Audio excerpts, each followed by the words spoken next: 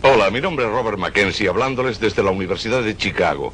Los aquí presentes, como cualquier norteamericano, ha sufrido el peso de uno de los grandes males de nuestro tiempo. La inflación, aumento de precios, mayor desempleo, trayendo como consecuencia la disminución de ingresos de la gente. Ninguno de nosotros es ajeno a este problema. Milton Friedman lo ha estudiado por muchos años y está convencido que conoce la cura.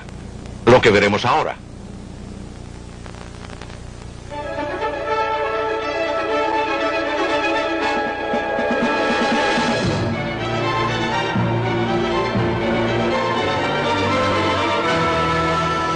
Libre para elegir.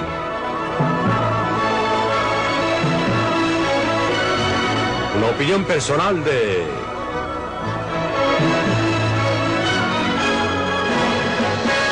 Milton Friedman.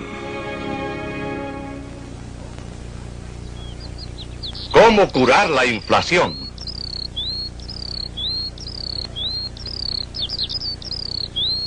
La Sierra Nevada de California, 10.000 pies sobre el nivel del mar. En invierno, las temperaturas bajan a 40 grados bajo cero.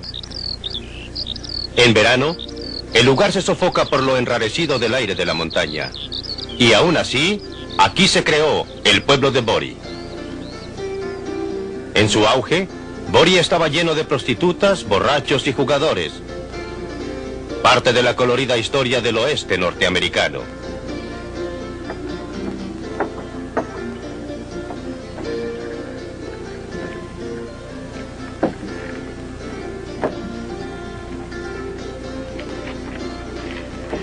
Hace un siglo, este era un pueblo de 10.000 habitantes. ¿Qué los trajo aquí? El oro. Si este fuera polvo de oro verdadero, la gente se lo estaría arrebatando. Una serie de descubrimientos de oro a través del oeste trajo aquí a gente de todo el mundo, a toda clase de gente. Vinieron aquí solamente con un solo propósito: enriquecerse pronto, rápidamente, pero mientras tanto... edificaron ciudades, pueblos, en lugares donde nadie habría pensado edificar una ciudad bajo otras circunstancias. El oro edificó estas ciudades. Y cuando el oro se agotó, las ciudades se derrumbaron, se convirtieron en ciudades fantasma. Mucha de la gente que vino aquí acabó en la misma forma que comenzó, quebrada e infeliz. Pero muchos se enriquecieron. Para ellos, el oro fue una riqueza efectiva. Pero ¿lo fue para el mundo en conjunto? La gente no podía comer el oro. No podía usar el oro, no podía vivir en casas hechas de oro. Como existía el oro, tenían que pagar un poco más de oro para comprar bienes y servicios. El precio de las cosas subió en términos de oro. Todo subió a un costo tremendo, sacrificando vidas. La gente extrajo el oro de las entrañas de la tierra. ¿Qué sucedió con ese oro? Eventualmente, y por último, fue transportado a lugares distantes solo para ser nuevamente enterrado en el suelo. Esta vez, en las bóvedas de los bancos, a través de todo el mundo. Casi no existe cosa que no haya sido usada en vez de dinero. Sal de roca en Etiopía. Anillos de bronce en África Occidental. Conchas de porcelana en Uganda. Aún un cañón de juguete. Cualquier cosa puede usarse como dinero. Dinero de cocodrilo en Malasia. Absurdo, ¿no es verdad? La minoría de la población que aún fuma puede reconocer estas plantas como la materia prima para la fabricación de sus cigarrillos. Pero en los primeros días de las colonias, mucho antes de que se establecieran los Estados Unidos, esto era dinero. Era el dinero ordinario en Virginia, Maryland y las Carolinas. Era usado para toda clase de cosas. La legislatura votó que podía usarse legalmente para pagar impuestos. Se usaba para comprar comida, ropa y viviendas. En realidad, una de las cosas más interesantes era ver a los fuertes muchachos de esa época acarrear 50 kilos de tabaco a los muelles para pagar los costos del pasaje de las hermosas señoritas que habían venido desde Inglaterra para ser sus novias. Y ya usted sabe bien cómo es el dinero. Tiene tendencias a crecer, a que se reproduzca más y más, y eso fue lo que ocurrió con este tabaco. A medida que se producía más tabaco, había más dinero. Y como siempre que hay más dinero, suben los precios y la inflación. La realidad al final del proceso, los precios subieron 40 veces en términos del tabaco. Con relación al inicio del proceso, y como ocurre siempre que hay inflación, la gente reclamó. Y como siempre, la legislatura trató de hacer algo, y como siempre, con muy poco éxito. Así que prohibió a cierta clase de gente plantar tabaco. Trató de reducir la cantidad total plantada de tabaco y exigió a la gente que destruyera parte de su tabaco. Pero no resultó. Finalmente, mucha gente actuó por su cuenta y se dedicó a destruir los campos tabacaleros de otros. Eso fue demasiado y promulgaron una ley que hacía que fuera una ofensa capital, penable por la muerte, destruir el tabaco de otra persona. La ley de Gresham, una de las leyes económicas más antiguas, estaba bien ilustrada. Esa ley expresa que el dinero barato echa fuera el dinero caro y así sucedió con el tabaco. Cualquiera que tenía una deuda que pagar, por supuesto que trató de pagarla con el tabaco de peor calidad que tenía. Ahorró el tabaco bueno para venderlo en ultramar por moneda dura. El resultado fue que la moneda mala reemplazó a la moneda buena. Finalmente, casi un siglo después de que empezaran a usar el tabaco como moneda, establecieron bodegas en que el tabaco era depositado en barriles, certificado por un inspector de acuerdo con su opinión respecto a su calidad y cantidad. Y se emitían certificados que la gente se entregaba entre sí para pagar las cuentas que se acumulaban.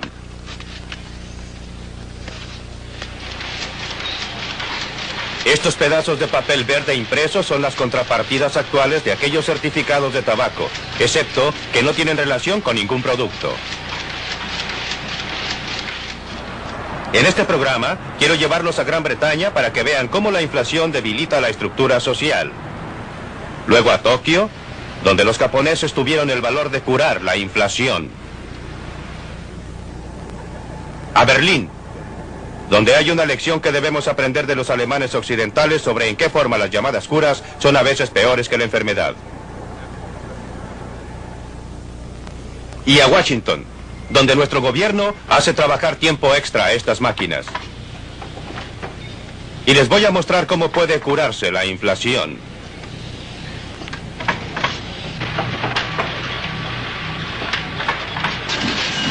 La realidad es que la mayoría de la gente disfruta de las primeras etapas del proceso inflacionario. Gran Bretaña en la vibrante década de 1960. Había mucho dinero. Los negocios estaban activos, eran numerosos. Y los precios todavía no se habían disparado. Todos parecían felices al comienzo. Pero a principios de la década de 1970, mientras los buenos tiempos continuaban, los precios comenzaron a subir cada vez con mayor rapidez. Pronto, algunas de estas personas van a perder sus empleos. La fiesta estaba a punto de terminar.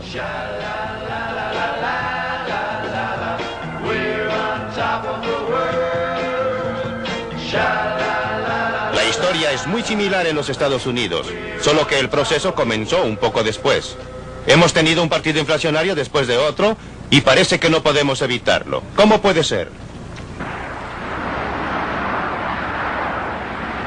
Antes de cada elección les gustaría a nuestros representantes que pensáramos que vamos a obtener una rebaja de impuestos. Y son capaces de hacerlo. Pero al mismo tiempo subiendo nuestros impuestos con un poco de magia que tienen en su caja de herramientas. Esa magia es la inflación. Ellos reducen las tasas impositivas, pero los impuestos que tenemos que pagar suben porque automáticamente son empujados a escalas más altas por la inflación efectiva. Un truco hábil. Tributación sin representación. Mientras más trabajo, parece que más me quitan. Sé que si trabajo 1 o 2 días extra, lo que sacan solo en impuesto a la renta federal es casi el doble, porque aparentemente lo coloca usted en una escala superior de impuesto y le quita más. Robert Crawford vive con su esposa y sus 3 hijos en un suburbio de Pittsburgh. Son una familia norteamericana bastante típica. No azotes la puerta, Daphne. Muy bien. Muy ¿Qué estás bien. haciendo? Preparo tu platillo favorito. Fuimos a casa de los Crawford después que él había dedicado un par de días a preparar sus impuestos anuales a la renta federales y estatales. Para nuestro beneficio, trató de calcular todos los otros impuestos que también había pagado. Al final no descubrió mucho que pueda sorprender a cualquier persona. La inflación está subiendo. Todo está más caro. No importa lo que usted haga, tan pronto como usted sale de la casa, todo sube. Las cuentas de petróleo también suben. Las cuentas de electricidad, la gasolina. Mire, usted puede nombrar 1000 cosas que están subiendo. Casi todo está llegando hasta las nubes. Su comida. Bueno, mire usted, mi mujer va al almacén. Vivíamos con 60 o 50 dólares cada 2 semanas para nuestros alimentos básicos. Ahora es 80 o 90 dólares cada 2 semanas. Las cosas están más allá de nuestro alcance con relación a los gastos de la vida. Como le decía, cada mes se está poniendo más difícil y parece que cada vez va a estar peor. Y quién sabe dónde va a terminar. Al final resulta que he pagado cerca de $6,000 de mis ganancias en impuestos. Lo cual me deja con un total de $12,000 para vivir. Eso puede parecer mucho dinero, pero hace 5 o 6 años yo estaba ganando $12,000. ¿En qué forma la tributación sin representación afecta en realidad? ¿Cuánto le queda a la familia Crawford para gastar después que ha pagado sus impuestos a la renta? En 1972, Bob Crawford ganaba $12,000. Parte de este ingreso estaba exento de impuestos a la renta. Después de pagar el impuesto a la renta sobre el resto, le quedó esto para gastar. 6 años más tarde, estaba ganando $18,000 al año. En 1978 la cantidad exenta de impuestos era mayor, pero ahora estaba en una escala tributaria superior y por eso sus impuestos subieron en un porcentaje mayor que su ingreso. Sin embargo, esos dólares no valían tanto. Aún sus salarios, sin considerar su renta después de impuestos, habían quedado atrás con respecto a la inflación. Su poder adquisitivo era menor que antes. Esto es la tributación sin representación en la práctica. Algunos de ustedes, hermanos, que están sentados aquí hoy, estaban con nosotros. Y me gustaría que meditaran acerca... Existen muchas víctimas propiciatorias tradicionales a las que se culpa por la inflación. ¿Cuántas veces han oído que los sindicatos tienen la culpa por pedir aumentos en los salarios? Los trabajadores, por supuesto, no están de acuerdo. Pero muchachos, esto no es cierto. Esto es un subterfugio, esto es un mito. Sus tasas de salario no están creando inflación. Y tiene razón.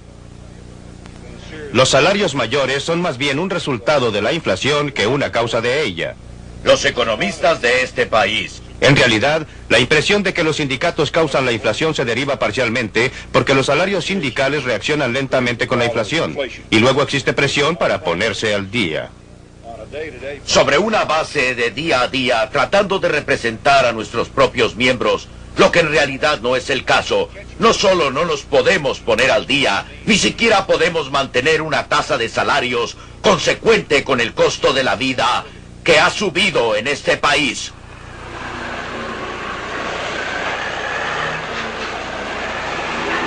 Otra víctima propiciatoria de la inflación es el costo de las mercaderías que vienen del exterior. La inflación, se nos dice, es importada. Mayores precios en el exterior suben los precios en casa. Es otra forma en que el gobierno puede culpar a otro por la inflación. Pero este argumento también está equivocado. Los precios de las importaciones en los países de que provienen no son en términos de dólares, son en términos de liras o yens u otras monedas extranjeras. Lo que ocurre a los precios en dólares depende de los tipos de cambio que a su vez reflejan la inflación en los Estados Unidos. A partir de 1973, algunos gobiernos han tenido una estupenda excusa culpando a los árabes de la inflación. Pero si los altos precios del petróleo fueran la causa de la inflación, ¿cómo es que la inflación ha sido inferior aquí en Alemania? Un país que debe importar cada gota de petróleo y gasolina que usa en los caminos y en la industria, que por ejemplo en los Estados Unidos que produce la mitad de su propio petróleo. Japón no posee ningún petróleo en absoluto. Sin embargo, en la misma época en que los árabes estaban cuadruplicando los precios del petróleo, los japoneses estaban reduciendo la inflación del 30 a menos del 5% anual. La falacia es confundir los precios en particular, como el precio del petróleo con los precios en general. En casa, el presidente Nixon lo comprendió diciendo: aquí está lo que no haré. No conduciré a esta nación a lo largo del camino de controles de salarios y precios, sin importar lo políticamente provechoso que pueda parecer. Los controles y el racionamiento pueden parecer un camino fácil, pero en realidad son un medio fácil para mayores problemas, como la explosión que se produce cuando usted trata de poner una tapa a una corriente de vapor que sube sin bajar el fuego bajo la olla. Los controles de salarios y precios solo posponen un día el ajuste de cuentas y al hacerlo privan a cada americano de una parte muy importante de su libertad. Pero escuche esto. Ha llegado el momento para una acción decisiva. La acción que quebrará el círculo vicioso de precios y costos en espiral. Hoy día estoy ordenando un congelamiento de todos los precios y salarios a través de los Estados Unidos por un periodo de 90 días. Además solicito a las corporaciones que extiendan la congelación de salarios y precios a todos los dividendos. Muchos líderes políticos se han visto tentados para recurrir a controles de salarios y precios a pesar de su repetido fracaso en la práctica. Nunca parecen aprender respecto a esta materia, pero pueden aprenderse algunas lecciones, como lo que ocurrió al primer ministro británico James Callaghan, quien finalmente descubrió que el mito económico era muy diferente, que estaba equivocado. E informó al respecto a la conferencia del Partido Laborista en 1976. Pensábamos que se puede salir de una recesión gastando y aumentando el empleo, reduciendo los impuestos y aumentando los gastos gubernamentales. Les digo con todo candor que esa opción no existe.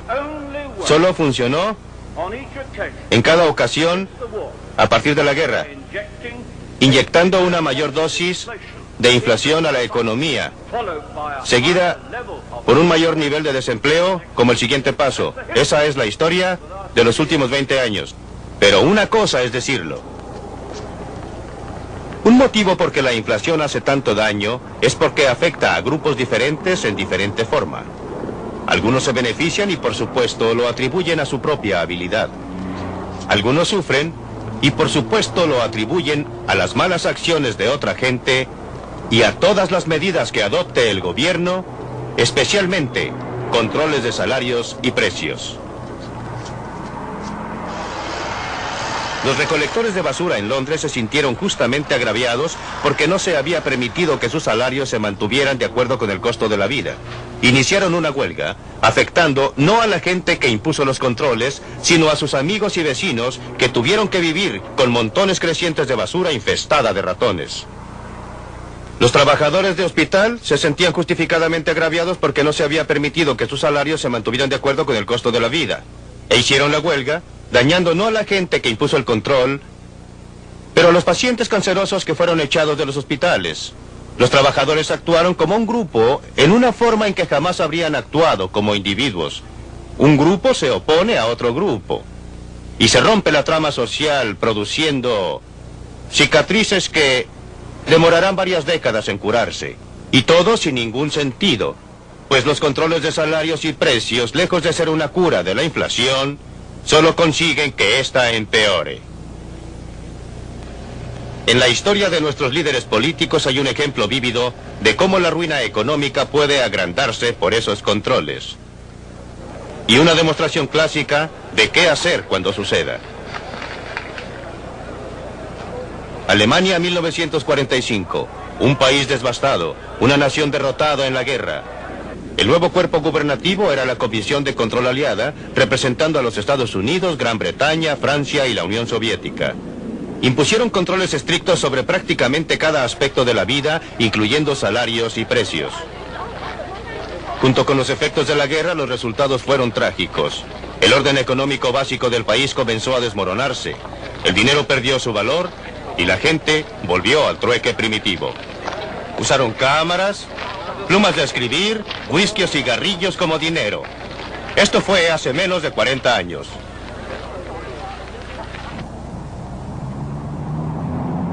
Esta es Alemania como la conocemos hoy día, transformada en un lugar donde a mucha gente le gustaría vivir.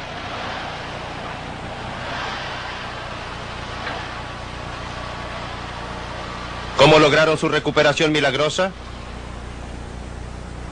¿Qué sabían ellos que nosotros desconocemos?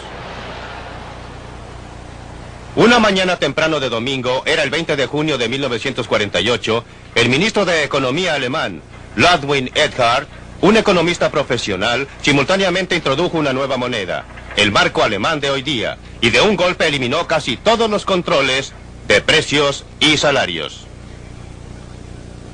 ¿Por qué lo hizo una mañana de domingo? No fue como usted puede suponer porque el mercado de valores estuviera cerrado ese día.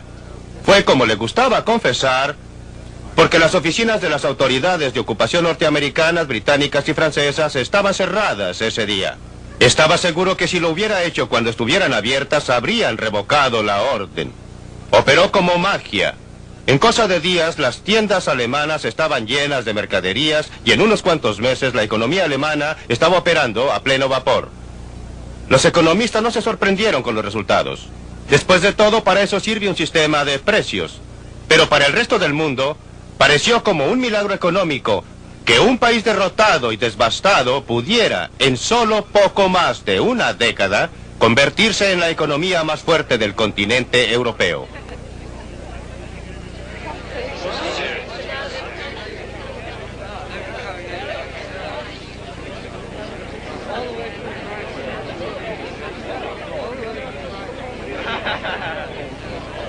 En un sentido, esta ciudad, Berlín Occidental, es algo así como una singular probeta económica colocada, como lo está, profundamente en Alemania Oriental comunista.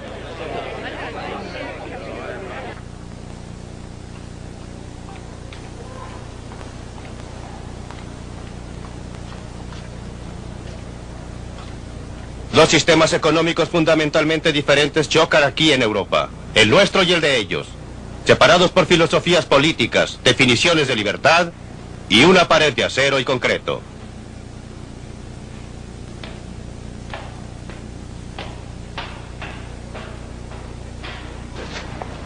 Está usted saliendo del sector norteamericano.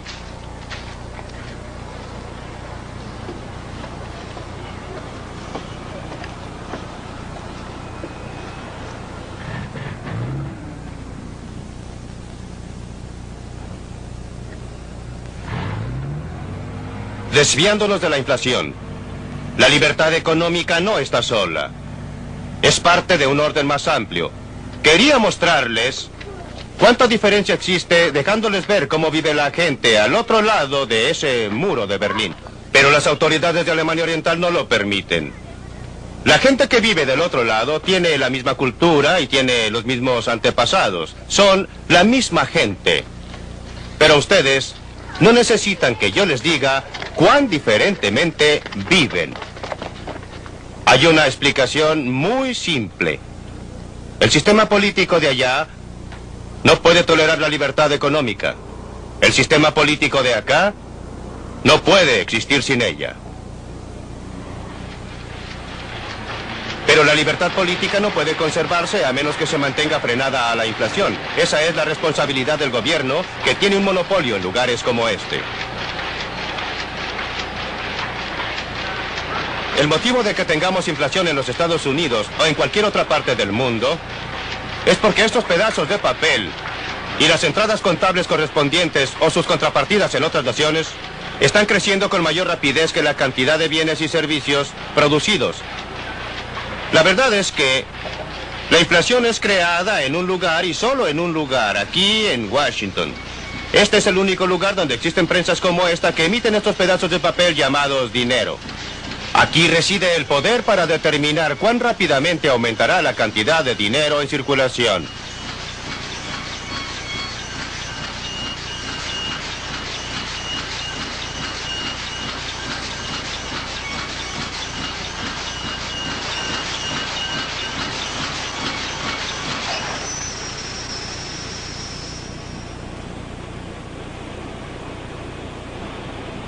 ¿Qué sucedió con todo ese ruido?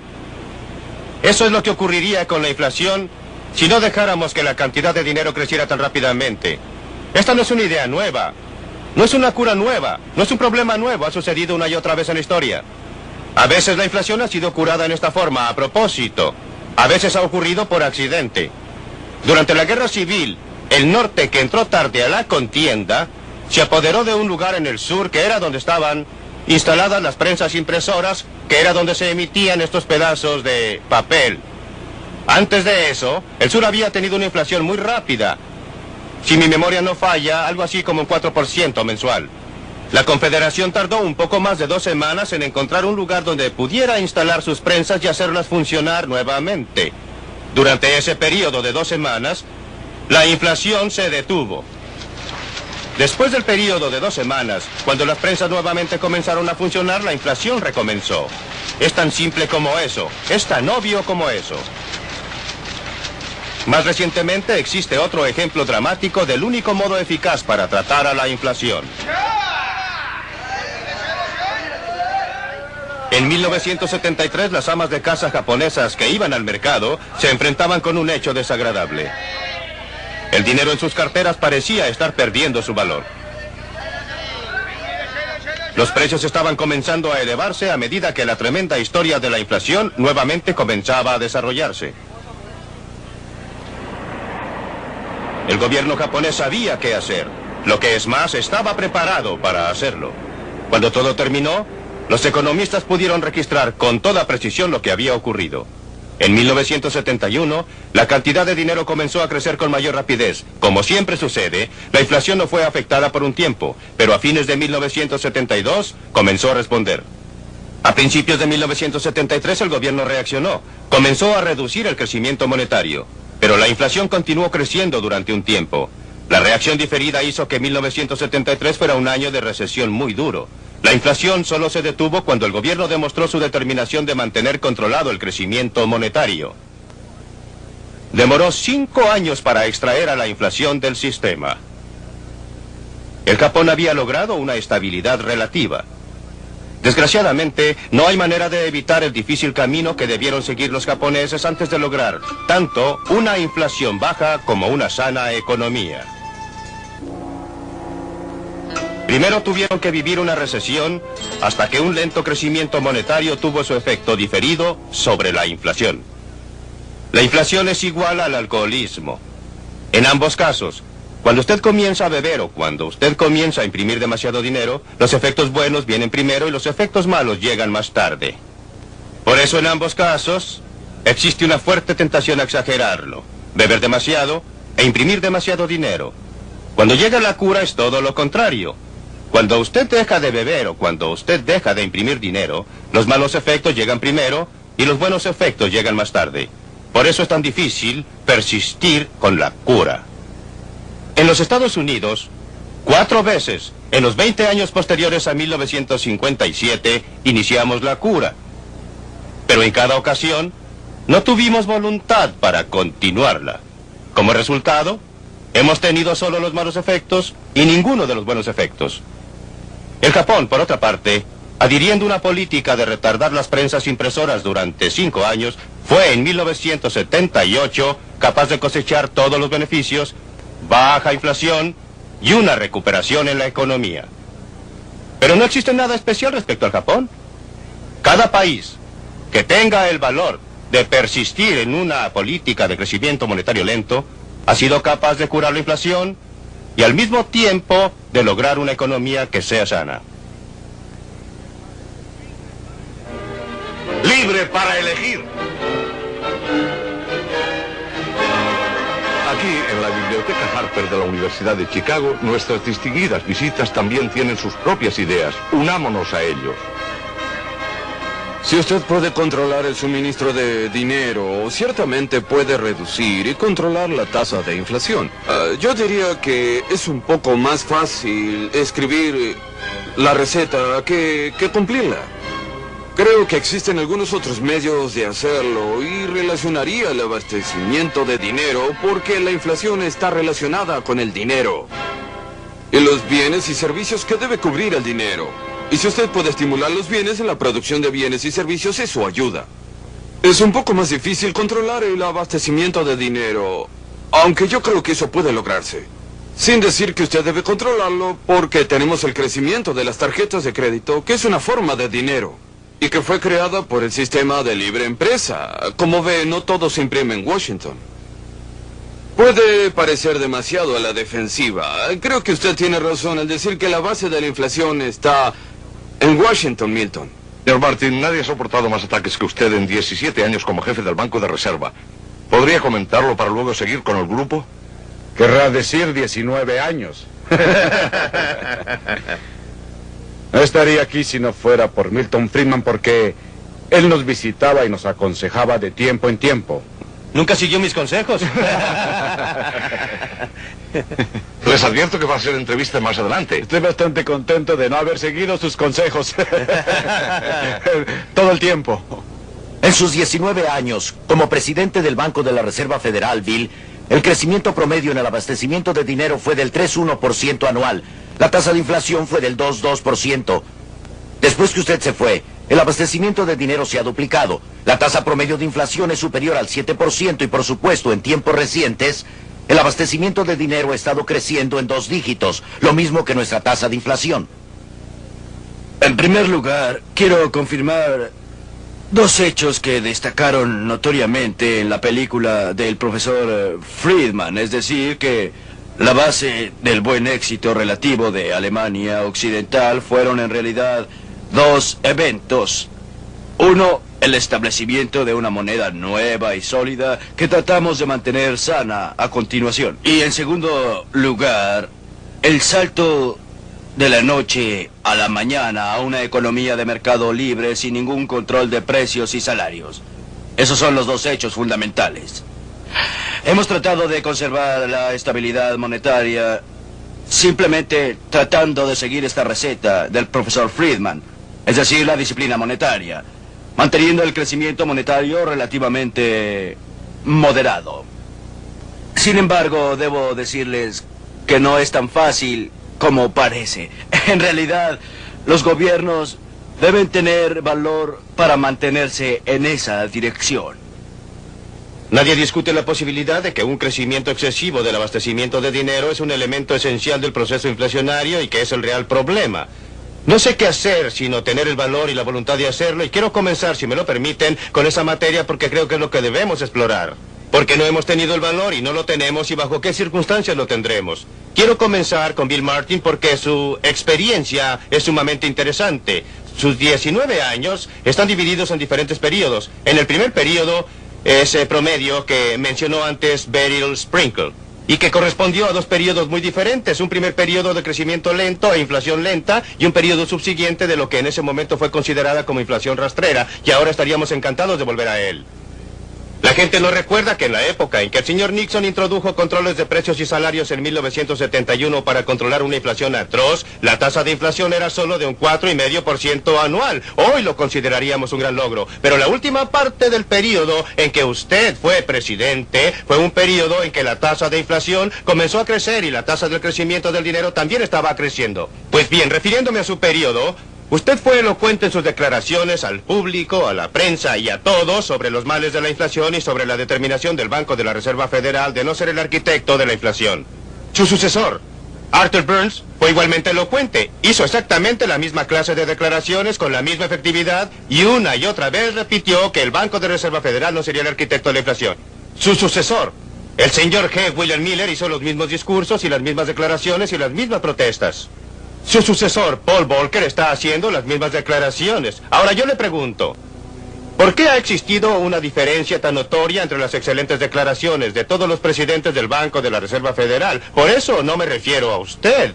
Desgraciadamente para el país, usted tiene muchos acompañantes. ¿Por qué ha existido una diferencia tan grande entre los excelentes pronunciamientos por una parte y lo que yo considero una ejecución muy pobre de la otra?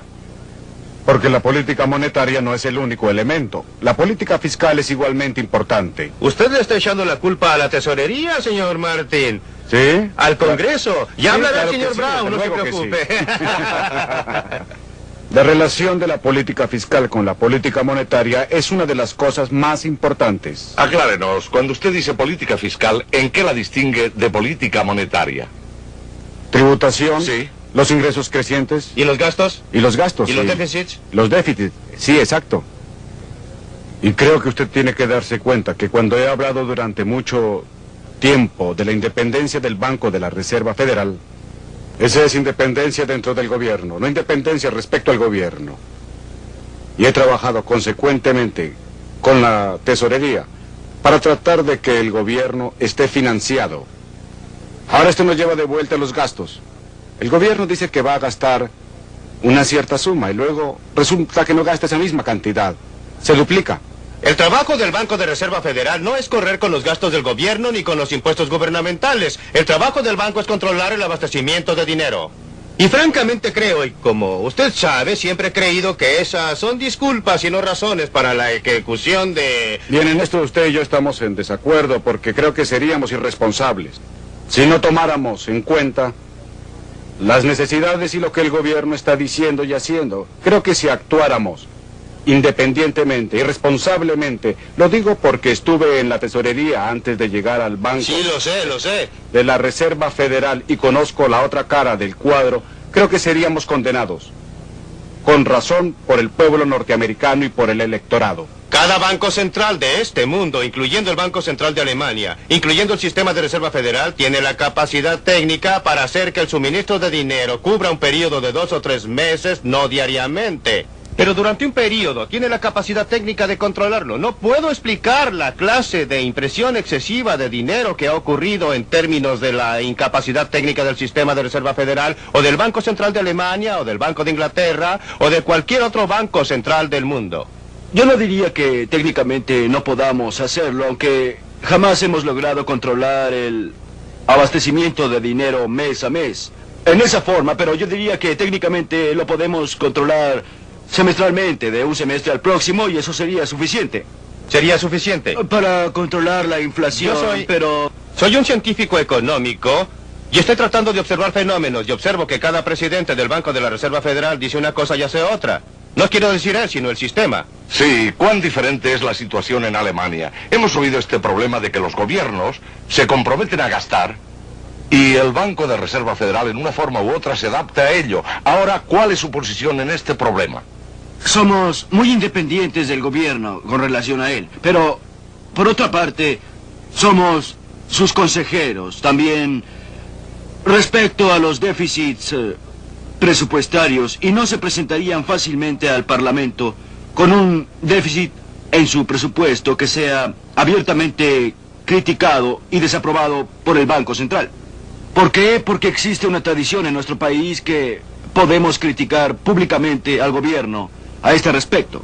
Y en segundo lugar, y también ha ocurrido en nuestro caso, si el gobierno va más allá de lo que es tolerable, considerando el equilibrio total, debemos dejar que se refleje en el mercado de capitales para poder decir que han hecho subir las tasas de interés, lo que ha producido críticas del público, y eso ha tenido algún efecto en su actitud. Creo que el doctor Eminger ha probado un punto muy importante, porque no existe en absoluto una relación entre los déficits gubernamentales y lo que ocurre al abastecimiento de dinero. La presión sobre el Banco de Reserva Federal llega indirectamente porque los grandes déficits gubernamentales, si son financiados en el mercado de capitales en general, subirán las tasas de interés. Entonces tenemos a los Wright Partners en el Congreso y sus sucesores, presionando al Banco de Reserva Federal para que intervenga y financie el déficit imprimiendo dinero como una forma supuesta de mantener las tasas de interés. Antes de dirigirme al señor Brown y preguntarle eso, quiero enfatizar un punto muy importante. El Banco de la Reserva, para tratar de mantener las tasas de interés, nos ha colocado en una posición en que tenemos las mayores tasas de interés en la historia.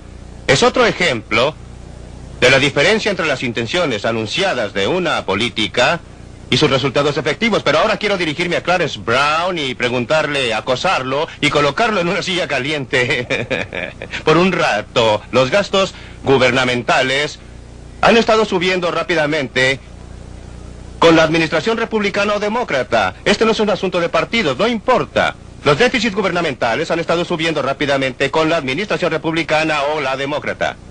¿Por qué tenemos aquí nuevamente una diferencia entre los pronunciamientos y la ejecución? No existe ningún diputado ni ningún senador quien diga estoy a favor de la inflación. No existe ninguno que diga estoy a favor de grandes déficits. Todos dirán que quieren equilibrar el presupuesto y restringir los gastos, que quieren un gobierno económico. ¿Cómo explica la diferencia entre ejecución y charlas de parte del Congreso?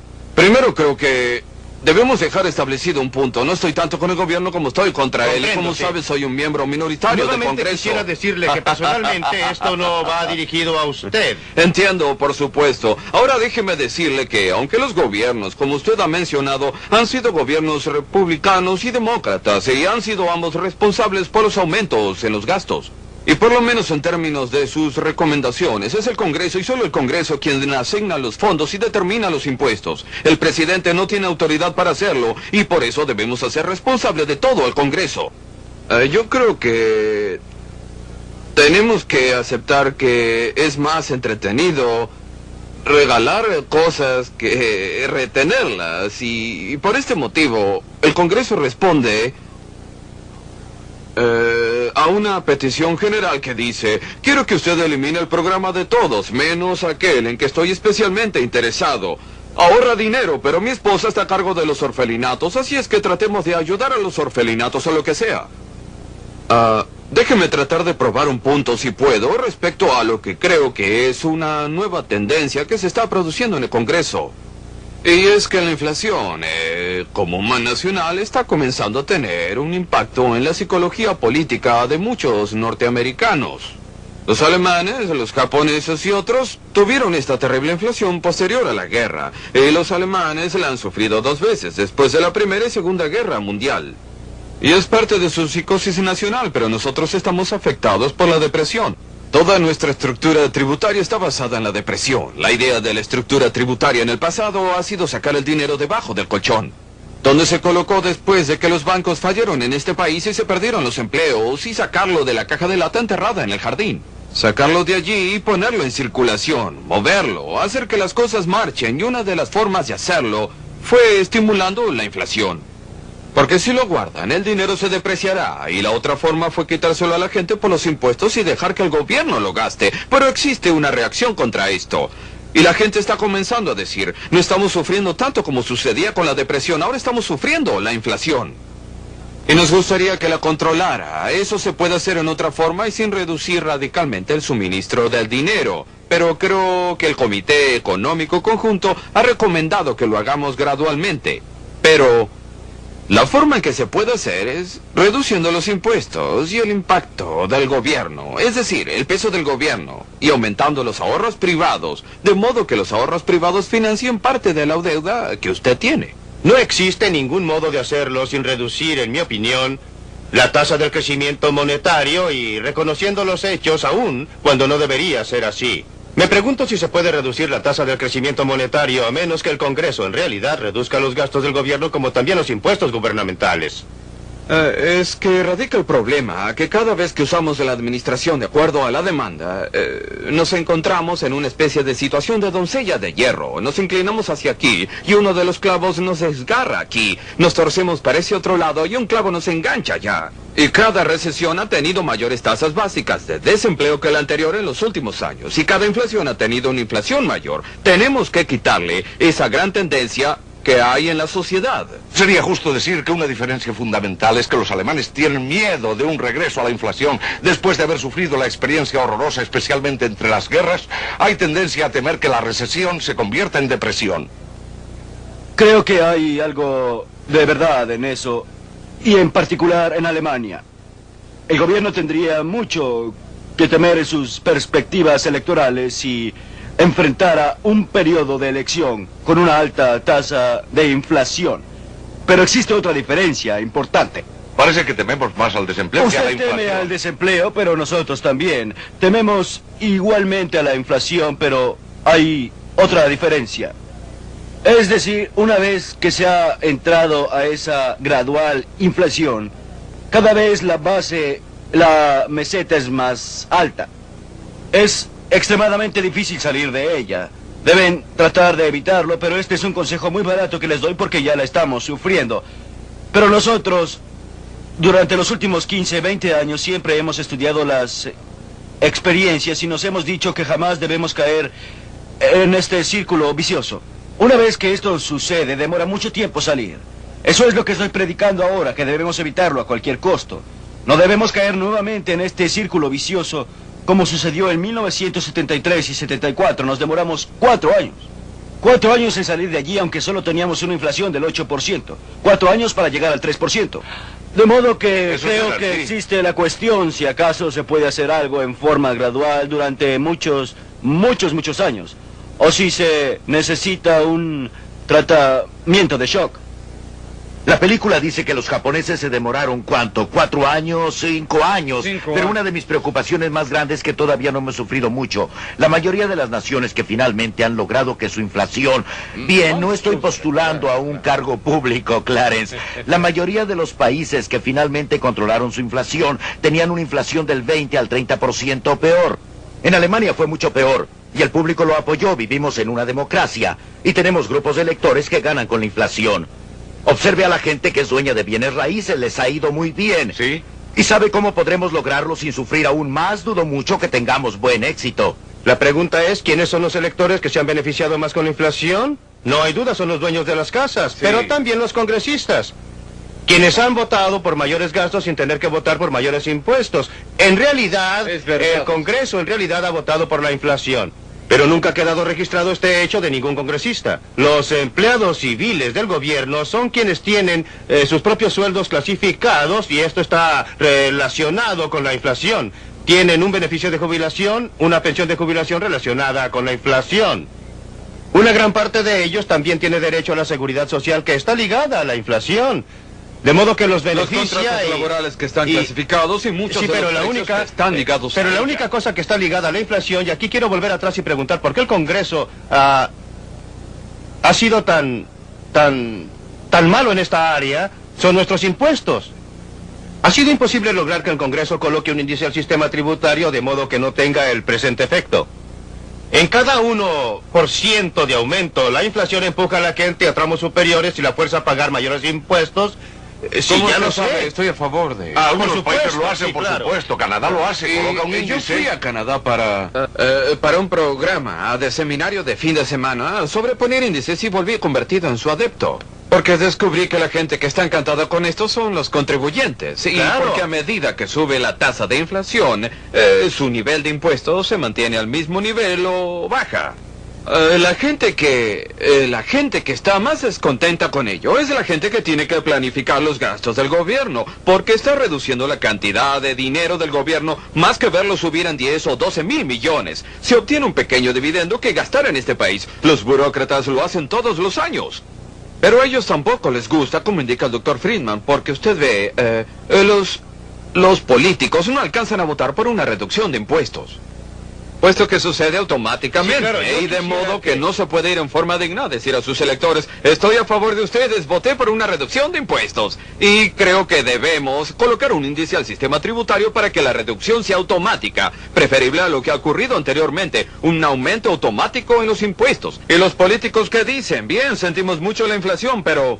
Tiene razón, pero quiero probar un punto diferente. Estoy sentado aquí y los critico a ustedes como funcionarios gubernamentales. Pero comprendo muy bien que los verdaderos culpables no son los políticos y no son los banqueros de los bancos centrales, sino que soy yo y mis conciudadanos. Siempre digo cuando hablo de esto, si quiere saber quién es el responsable de la inflación, mírese en un espejo. No es por la forma en que usted gasta su dinero. La inflación no se produce porque existan consumidores que sean derrochadores. Eso siempre han existido. No se produce porque tengamos hombres de negocios que sean codiciosos. Siempre los ha habido. La inflación se produce porque nosotros, como ciudadanos, hemos estado pidiéndoles a ustedes como políticos que ejecuten una tarea imposible. Les hemos pedido que gasten el dinero de otros en nosotros, pero que no gasten nuestro dinero en otras personas. No querrá que nosotros reduzcamos esos dólares para la educación, ¿eh? No es así, no. Ya tuvimos un programa al respecto. Y no existe ningún observador de estos programas que tenga dudas con relación a mi posición en eso. Pero el público lo ignora. Y así llegamos a la voluntad política que el Dr. Eminger discutió tan correctamente, y es que todos hablan contra la inflación. Pero lo que él quiere decir es que quiere que suban los precios de las cosas que vende, bajen los precios de las cosas que compra. Pero tarde o temprano llegaremos al punto en que sea políticamente conveniente terminar con la inflación. Este es el punto que creo que usted estaba aprobando. La idea va a ser que... ¿Cuál cree usted que tenga que ser la tasa de inflación? Y juzgada por la experiencia de otras naciones, antes de que estemos en esa posición, ¿cuándo cree usted que eso pasará? Bien. La evidencia nos dice que tiene que ser superior al 20%. Ahora bien, usted puede creer que debemos aprender de otros. Aparentemente nadie puede aprender de la historia. Pero actualmente vamos hacia una inflación más alta. Usted lo dijo antes, si quiere ver quién causa La inflación, mírese al espejo. Correcto. Ahora, para todos los que observan y participan en esto, debe existir alguna moral. Dígame usted, ¿cuál debe ser el cambio de actitud del hombre al espejo que usted está viendo antes que podamos implantar efectivamente una política dura que requiera valentía? Creo que el hombre del espejo ha llegado a reconocer que la inflación es la enfermedad más destructiva conocida por la sociedad moderna. Nada destruirá más cabal y plenamente a una sociedad que dejar que la inflación prevalezca. Debe llegarse a reconocer que no se tiene mucho de dónde elegir. No hay respuestas fáciles. Una vez que llegamos a esta situación en que la economía está enferma con esta enfermedad insidiosa, no existirá ninguna droga milagrosa que le permita curarse mañana. Las únicas alternativas son: debo sufrir un periodo durante 4 o 5 años de desempleo relativamente alto, crecimiento relativamente bajo, o trato de rechazarlo, sacando un poco más del pelo del perro que me mordió y evadirlo a costa de un desempleo aún mayor, como dijo Clarence Brown antes. La única alternativa que enfrenta este país es si tenemos un desempleo temporal por un periodo corto, como un efecto lateral de curar la inflación, o si entramos a un periodo de desempleo aún mayor más adelante y debemos repetirlo todo nuevamente. Esa es la única alternativa que tenemos, y cuando el público en general lo reconozca, elegirán personas para el Congreso y un presidente que estén comprometidos a menos gastos gubernamentales y a menor impresión de dinero de parte del gobierno. Hasta que esto ocurra no curaremos la inflación. Doctor, déjeme diferir de usted en este sentido. Creo que es importante que durante el tiempo en que estamos tratando de eliminar la inflación de la economía, también demos al hombre de la calle, al hombre común, la oportunidad de tener un poco más de sus propios recursos para gastar. Y si usted puede reducir sus impuestos en ese momento y luego reduce al gobierno durante el proceso, le da su dinero para gastar en vez de entregar todo ese dinero al gobierno. Y si usted reduce sus impuestos para tratar de estimularlo a que ponga ese dinero en una cuenta de ahorros, puede estimular los ahorros adicionales en sentido privado para financiar la deuda que tiene que mantener. Y también puede alentar el estímulo del crecimiento de la sociedad, que es la inversión en mejoras del capital y de modernizar las industrias, y logrará que los Estados Unidos sean mucho más competitivos con los otros países y podamos tratar de hacerlo sin tanto desempleo penoso, tanto como podamos. ¿No cree que tiene mérito? Usted sabe que estoy totalmente a favor de reducir los gastos gubernamentales y estoy totalmente a favor de librarnos del reglamento gubernamental que reduce la productividad y altera la inversión, pero... Y si lo hacemos, podemos reducir en parte los impuestos. Debemos, pero usted está introduciendo algo que ha confundido al pueblo norteamericano, y es la confusión entre gastar e impuestos. El verdadero impuesto al pueblo norteamericano no es lo que usted llama impuestos, son los gastos totales.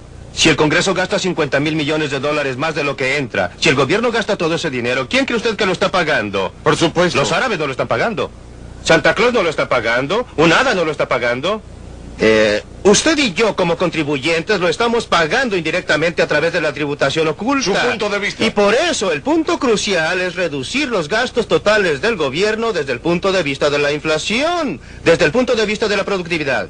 Algunas de las otras medidas de que usted estaba hablando son mucho más importantes. Pero si usted afirma que la inflación y los impuestos son parte integrantes de la misma cosa, y si usted reduce los gastos... No son parte integrante. Si usted reduce los gastos, le quita dinero en una u otra forma al ciudadano promedio para financiar el crecimiento del gobierno. Así es. Si reduce el tamaño del gobierno, entonces puede reducir tanto su inflación como sus impuestos. Es verdad. Y si usted... Totalmente a favor. Muy bien. Todo pero lo que si estoy diciendo es que no se engañe creyendo que existe algún modo menos doloroso de hacerlo, porque no existe. Otra forma es la productividad. Si usted aumenta la producción, el impacto de la inflación es menor, porque hay más bienes buscando... De acuerdo, pero hay que tener sentido de las proporciones. Desde el punto de vista de la renta del pueblo norteamericano, nada es más importante que aumentar la productividad, pero desde el punto de vista de la inflación, no es igual. Sería un milagro si pudiéramos aumentar nuestra productividad de 3 a 5% anualmente. Sí, eso no sucederá de la mañana a la noche, pero es parte de eliminar la inflación a largo plazo. Solo existe una forma de aliviar, en mi opinión, solo existe una forma de aliviar los dolores y curar la inflación. Y esa forma no está disponible. Consiste en hacer creer al público norteamericano que en realidad van a seguir la política que dicen que van a seguir. Desgraciadamente no veo ningún modo de lograrlo. Ese es exactamente el punto que quiero ilustrar con nuestra propia experiencia. También tuvimos que eliminar la inflación. Y existió un periodo penoso de 1 año y medio. Pero después tuvimos una reducción continua en la tasa de inflación con un lento movimiento de alza en la economía a partir de 1975. Año con año, la inflación disminuyó y tuvimos una tasa de crecimiento moderado que nos ha llevado a un pleno empleo. Eso es. De modo que se puede acortar este periodo solo con esta credibilidad y también por un consenso que debe tener con los sindicatos comerciales, con toda la población, que reconozcan esa política y también participen en ella. Entonces los dolores serán menores. Usted ve que en nuestro caso las expectativas son que la inflación va a empeorar porque siempre ha sucedido así. Esto significa que debemos desanimar esas expectativas en una forma muy dolorosa. Y es probable que no se demore más, por lo menos la primera vez. Pero nuestro problema real no ha sido que no hemos tratado. Hemos tratado y hemos bajado la inflación. Nuestro problema real es que no continuáramos. Y entonces hay que hacerlo Bien, todo de creo- nuevo. Aceptaría que la psicología tiene un papel muy grande, quizá el mayor. Pero creo en realidad que si los ahorros privados son estimulados por su sistema tributario, en vez de ser desalentados por el mismo, y se puede financiar parte de la deuda pública con ahorros privados en vez de contar con la inflación. Y el resultado será aliviar, hasta cierto punto, el dolor de ese gran desempleo que usted parece sugerir que es la única forma de poder tratar el problema. La charla está bien, pero el problema es que es usada para evadir el punto clave. ¿Cómo convencer al público que en realidad va a mantener una política? Lo hemos intentado 4 veces y 4 veces nos hemos detenido antes de terminar la carrera. Doctor Friedman. Hasta aquí esta noche, y no se pierdan el último programa de esta serie la próxima semana. Desde la Biblioteca Harper, adiós.